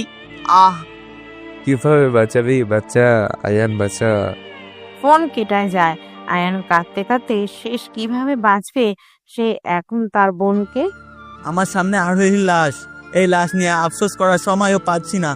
আমি যে তার সামনে বসে কাঁদবো এই সময়টাও পাচ্ছি না। আমাকে আপুর খোঁজে যেতে হবে। আমি আপুর খোঁজে বের হয়ে যাই, কিন্তু কোথায় যাব আমি যে জানি না। আমার গন্তব্য কোথায়? আয়ান রাজিন ভাইকে ফোন দেয়। রাজিন ভাইয়ের ফোন বিজি আসে। কিছুক্ষণের মাঝে আয়ানের ফোনে আরেকটা ফোন আসে। সে রিসিভ করতেই বলে ওঠে, আয়ান, তোর বোনকেও শেষ বউয়ের লাশ তো পাইছিলে, কিন্তু বোনের লাশও পাবি না দেখার জন্য। আয়ান কিছু বলতে পারে না। তার হাত থেকে ফোন পড়ে যায়। সে কতক্ষণ অচেতন ছিল সে নিজেও জানে না। যখন হোশ ফিরে ডোরেমন তার পাশে, আর সবচেয়ে বড় কথা রাজিন ভাই তখনও তার পাশে ছিল না। আয়ানের রাগ ওঠে, খুব রাগ ওঠে। সে হাতে একটা বন্দুক নিয়ে রাজিন ভাইয়ের ওখানে যায়, সাথে ডোরেমন। রাজিন ভাইয়ের বাসার সামনে গিয়ে দেখে সে বাসাতেই আছে। আয়ান আর ডোরেমন ভিতরে ঢুকে বাসায় রাজিন ভাই একা অন্ধকার ঘরে। জিন ভাই, চুপ। আমি ডাকছি, আপনাকে শুনতে পাচ্ছেন না? হ্যাঁ বলো আয়ান। আপু কি আপনার কেউই ছিল না? আয়ান, আমার মাথা এমনিতেই খারাপ। হা হা হা, তা দেখাই যাচ্ছে ভাই। আয়ান, তুমি যাও। যাব না আমি, তোর জন্যই আজ আমার আরোহী মারা গেছে, আমার আপু মারা গেছে, আমার বাচ্চা আমার কাছে নেই। সেদিন তুই আমার আপুর জীবনে না এলে সেদিন হয়তো না একজনের কাছে দর্শিতা হতো, কিন্তু এখন সে দর্শিত তো ঠিকই, আবার মারাও গেল। কি বলবো বলো? আয়ান, তোমারে চাইতে বললাম না? আয়ানের রাজিন ভাইয়ের কথার সময় হঠাৎ আশপাশে থেকে অনেক লোক চলে আসে। আমাকে মারার জন্য লোক আনছো আয়ান? আয়ান কিছুই বুঝতেছে না, সে তো কাউকে বলে নাই। সবাই এসেই রাজিন ভাইয়ের উপর হামলা শুরু করে দেয়। রাজিন ভাইও তাদের সাথে মারামারিতে ব্যস্ত। আয়ান আর আফনানও মারছে, কিন্তু হঠাৎ রাজিন ভাইয়ের পিছনে চাকু ঢুকালো পিছন থেকে। রাজিন ভাইয়ের চোখে অন্ধকার হয়ে আসে, আস্তে আস্তে লুটিয়ে পড়লো তার শরীর। কিন্তু যখন সে পিছনে তাকালো, সবচেয়ে বেশি অবাক হলো সে, কারণ তাকে চাকু মেরেছিল। সেদিন রাজিন ভাইয়ের পিছনে ছিলাম আমি, মানে ছুরি চালিয়েছিল আকরাম, কিন্তু সাথে সাথে আমি তাকে সরিয়ে নেই আর চাকু বের করতে নেই। কিন্তু ঠিক তখনই রাজিন ভাই পিছনে ঘুরে আর আমায় দেখতে পায়। সে ভেবে নেয় তার পেছনে আমিই ছিলাম। আমরা তাকে হাসপাতালে তো নিয়ে যাই, কিন্তু এমন অবস্থা ছিল আমরা তার খোঁজ নিতে পারি না। আর পরে যাওয়ার পরে জানতে পারি সে নাকি মারা গেছে। আমরা শোক প্রকাশ করি, কিন্তু কি লাভ, সব তো শেষই। আমি পুরো শহরে আগুন লাগিয়ে দিই সেই মানুষটাকে খোঁজার জন্য। সে আমার বোন আর বউকে দর্শন করে মারছে। আমি শহরে যত গ্যাং ছিল সবাইকে একে একে শেষ করি, সাথে ডোরিমন ও আয়ার নামটা শুনে মানুষ ভয় কাঁপতো। ভার্সিটিতে অনলাইনে এক্সাম দিতাম, সবাই ভাবতো আমি বিসি স্যারের ছেলে, কিন্তু না, আমি না। আমার বাবা অনেক আগেই মারা গিয়েছে। আমি বাসায় ফিরে এবনাথ আম্মু সবাই সাথে কথা বলতে চাই। হে, এখন উনি আমার আম্মু, কারণ আমাকে যখন আকরাম ভাই মারে তখন আমাকে উনি বাঁচিয়েছিলেন। আমি স্মৃতি হারানোর নাটকে ব্যস্ত একদিকে, আর একদিকে সেই মানুষটি খুঁজতে লড়াই যে আমার বোনার বউকে ধর্ষণ করেছে। কি করব আমি কিছুই জানি না। আমি রুমে শুয়ে শুয়ে ভাবছি অনেক কিছুই। আমার মেয়েটা এখন কার কাছে থাকতে পারে? অনেক বড় হয়ে গেছে সে, বাবাকে চিনবে? আয়ান, আজ তোমাকে বাবা বাবা মনে হচ্ছে আমার। একজন ভালো স্বামী তো হতে পারলাম না, ভালো বাবাই না হয়ে থাকি। হতে তো পারলো না আয়ান, তোমার মেয়ে এখন অন্যের কাছে। যাও, ওকে বাঁচাও আয়ান। আরোহী, আমি বাঁচানোর চেষ্টা করব তো। যাও। আয়ান আরোহীকে এখনো নিজের কল্পনায় দেখে, কথা বলে। আয়ান ঘুমিয়ে আছে। হঠাৎ তার মনে হয় তার উপরে কোনো ছায়া। সে চোখ খুলতে দেখে ইবনাথ তাকে চাকু মারার প্রস্তুতিতে আছে। সে কোনো মতে চাকু ধরে ফেলে। ইবনাথ, তুমি? আয়ান, তুই এখনো বেঁচে আছিস, তোর বেঁচে থাকার কোনো অধিকার নেই। আমি তোকে মেরেই ফেলবো। ইবনাথ, কিন্তু তুমি আমায় মারতে চাও? আয়ান ইবনাথের হাত ধরে ফেলে। ইবনাথ তো ভয়ে শেষ, এখন কি করবে সে? ইবনাথ, তুমি আমাকে মারতে চাও? হ্যাঁ হ্যাঁ, আমি তোকে মারতেই চাই হারামি। কি বললে? হ্যাঁ, তোর মতো হারামি বেঁচে থাকার কোনো অধিকারই নেই। কিন্তু কি করেছি আমি? তোর জন্য আজকে আমি অনাথ, রাস্তায় রাস্তায় একা ঘুরে বেড়াতে হয়। ছোট থেকে আমি একা, আমার কেউ ছিল না, ছিল শুধু একজন, আফনান ভাইয়া। সে আমার বাবা মার মতো আদর যত্ন দিয়ে আমায় বড় করেছে।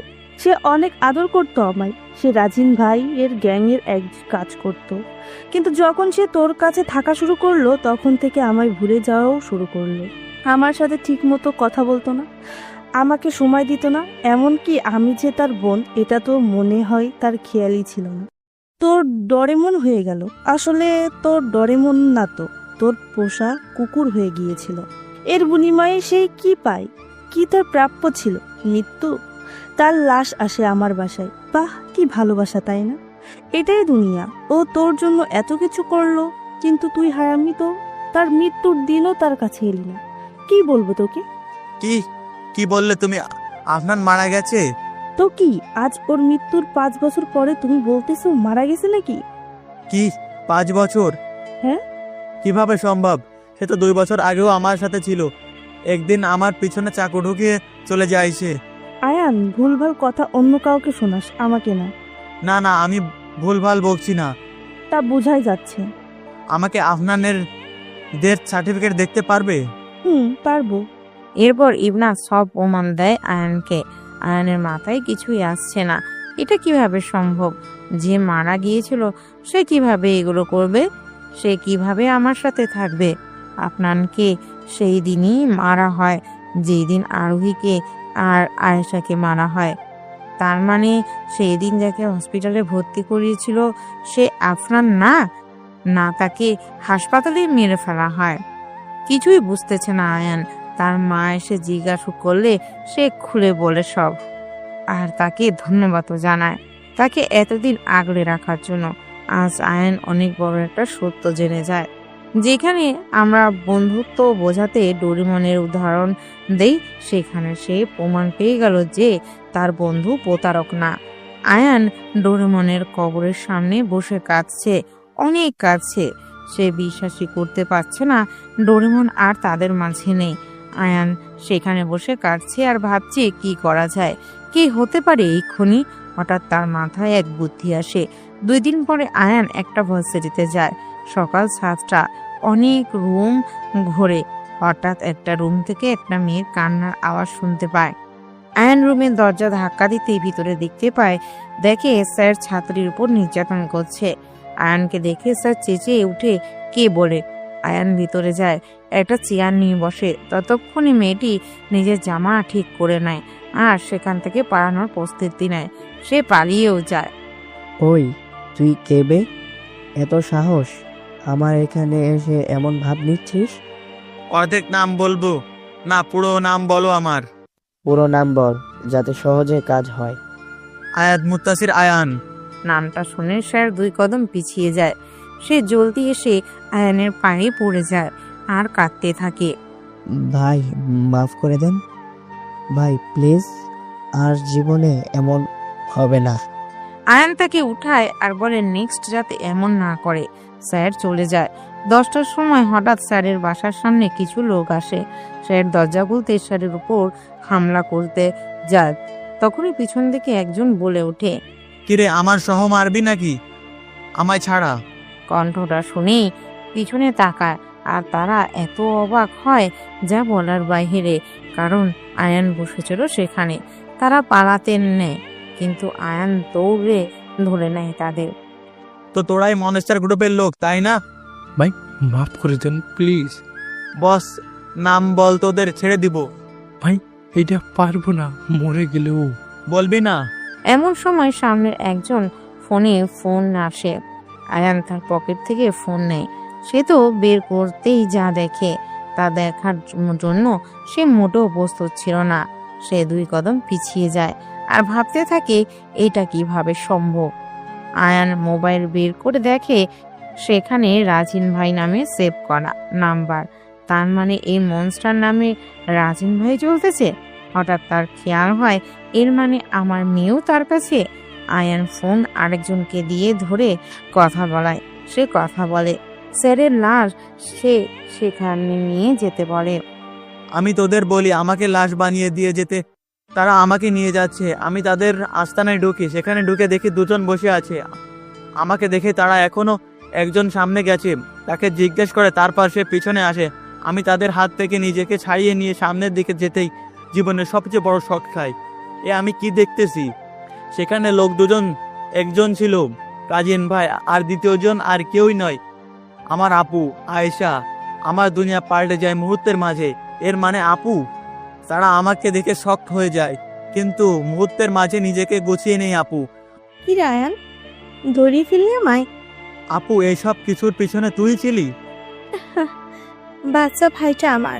এতদিনে তুমি বুঝেছো? অনেক বছর লেগে গেছে, তাই না? আপু, আমি বুঝতে পারছি না কিছুই। তুই এত সব করলি কেন? ডোরেমন আর আরোহীকে কি করলি তুই?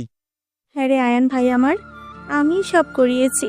যেহেতু তুই আমাকে ধরিয়ে ফেলেছিস, সো তোকে সব বলাই যায়। আয়ান, আমি কি জানিস? একজন ধর্ষিতার মেয়ে। অবাক লাগছে শুনতে, তাই না?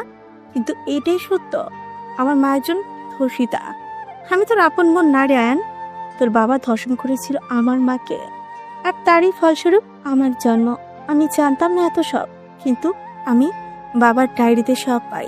আমার বাবার প্রতি খুব ঘৃণা হচ্ছিল, কিন্তু কিভাবে কি করব বুঝতে পারছিলাম না। কিন্তু পরেই মনে হলো তুই ওই পাপের রক্তই। আমার মা মারা যাওয়ার আগে আমাকে বাবার কাছে দিয়ে যায়। সে আমাকে লালন পালন করে ঠিকই, কিন্তু আমার মা তো মারা গেছে তার জন্য। তাই আমি একটা প্ল্যান করি। আমার ঘৃণা জন্মে ধর্ষকের প্রতি আর তোর প্রতি। আমি 2-3 মারি এক ছিলে, তোকে মনস্টার বানাই, আর অন্যদিকে আমি ধর্ষক খুন করতে থাকি রাজিনকে নিয়ে। সব সন্দেহ যে তোর উপর। আমি ভাবলাম তোকে হয়তো পুলিশ ধরে নিবে, কিন্তু না, তোর ভয় এতটাই হলো যে কেউ তোকে ধরতে সাহসই করে না। তাই আমি রাজিনকে পাঠাই তোর রূপ ধরে। সেদিন রাজিনের পেছনে চাকু আরেকজন ঢুকিয়েছিল, আর তুই তা বের করেছিলে, যা রাজিন দেখে। এটাই আমার সাজানো ছিল, কিন্তু সব কিছুর মাঝখানে তুই ডোরমন নামক একটা বন্ধু পাইছিলি, যাকে তোর বউয়ের ধর্ষণের সময় সামনে রাখা হয়। আসলে তোর বউয়ের দোষ ছিল না আয়ান, কিন্তু তোকে এত সুখী দেখতে পারছিলাম না, তাই এই কাজ করি। আর তোর বোন হয়ে থাকার চেয়ে মৃত হয়ে যাওয়া আমার কাছে ভালো মনে হয়, তাই আর কি। যাই হোক আয়ান সাহেব, কেমন লাগলো আমার মাস্টার গেম? আপু তুই যদি একবার বলতি আমি নিজের জীবনও দিয়ে দিতাম, কিন্তু আপু তুই এইটা কেন করলি? আমার কি দোষ ছিল বল? তোর মতো আমিও নির্দোষী ছিলাম, মানলাম আমার শাস্তি দেওয়া ঠিক। তাহলে ডোরিমন আর আরোহীকে কেন মারলি বল আপু, বল না প্লিজ। আর আমার আনহাকে এতদিন কেন দিলি কষ্ট? আরে আরে আয়ান, আবেগপ্রবণ হয়েও না। এখন তোর মেয়েকে মারার পালা। আয়ান আর তার কোনো কথা শুনে না। তার রাগ প্রচন্ড উঠে গেছে। সে পাশে থাকা চাকু নিয়ে ধাপ করে রাজিনের গলায় চালিয়ে দেয়। এক নিমিষে সে মাটিতে লুটিয়ে পড়ে। আরে আপু মানুষ চিনলি না? আয়ান মুত্তাসির আয়ান আমি। আমারে চিনলি না? মনস্টার নামটা কি এমনিতেই পাইছি? তোমাকে কিছুই করতাম না, কিন্তু এখন যদি কিছু না করি তাহলে তো মানুষ বলবে নবিতা আর ডোরিমনের বন্ধুত্ব ভুল, নবিতা বেঈমান, আর আরোহী হিসাব তো পরেই নিব। আয়ানকে মারার সাহস এখানে কারোই নেই। সবাই নিজেই অস্ত্র ফেলে চলে যাচ্ছে। আয়শা হা হয়ে দাঁড়িয়ে আছে। আনহাকে নিয়ে আসতে বলো, আমি চলে যাচ্ছি জলদি। আয়েশা আনহাকে নিয়ে আসে। আনহাকে দেখে আয়ান যেন আরেকটা আবেগপ্রবণ হয়ে যায়, আবার কেঁদে ওঠে সে। হঠাৎ তার পিঠে ছুরি ঢোকে, সে আহ করে ওঠে। পিছনে তাকিয়ে দেখে এ আর কেউ না, আয়েশা। আয়ান আর কিছু না ভেবে ঠাস করে এক থাপ্পড় দেয় আয়েশাকে। সে সোজা গিয়ে রডের উপর পড়ে, আর মৃত্যু হয় তার। আয়ানের পেট থেকে ব্লিডিং হয়। আনহা পাশ থেকে কেঁদে যাচ্ছে। বাবা বাবা, তোমার কি হয়েছে? বাবা রক্ত কেন পড়ছে? নিজের মেয়ে বড় হয়েছে অনেক, সে বাবাকে চিনছে, এই তার জন্য অনেক। সে বাইরে আসে, কোনো গাড়ি থামছিল না। হঠাৎ একটা গাড়ি থামে, ভিতর থেকে একটা মেয়ে বের হয়। এই যে মিস্টার, আপনি কি করেন? হ্যাঁ, আগের বারও যখন দেখা হয়েছিল এমন আত্মরা অবস্থাতেই ছিলেন, এইবারও? আয়ানকে সে গাড়িতে বসায়, তার ওড়না দিয়ে পিঠ বেঁধে দেয়। আমি হয়তো আর বাঁচবো না। আপনার নামটা যেন কি? সাদিয়া। আচ্ছা সাদিয়া ম্যাম, আমার মেয়েটাকে একটু দেখেন প্লিজ, আর পারলে আমার মেয়েকে তার দাদুর কাছে নিয়ে আইসেন। এই হলো তার ঠিকানা। আর ঠিকানা দিয়ে আয়ান চলে যায় না ফেরার দেশে। হ্যাঁ, সত্যি আয়ান মারা গেছে। পাশ থেকে তার মেয়ে কাঁদছে। বাবাই, ও বাবাই, তুমি উঠছো না কেন? ভাই, বাবাই, জন্মের পর থেকে তো ছেড়ে না আমার ছেলে। এতদিন পর দেখা হলো, তাও ছেড়ে চলে যাচ্ছ আমার বাবাই। বাবা, তুমি কি উঠবে না? আনহা কেঁদেই চলেছে। কিন্তু সত্যি এটাই যে বাংলা ছবির মতো বিদ্যুৎ চমকালে এখানে আর আয়ান উঠে বসবে না। সে মারা গেছে আর অনাথ হয়ে গেছে আনহা, কিন্তু নতুন একটা মা ঠিকই পাইছে, সাদিয়া।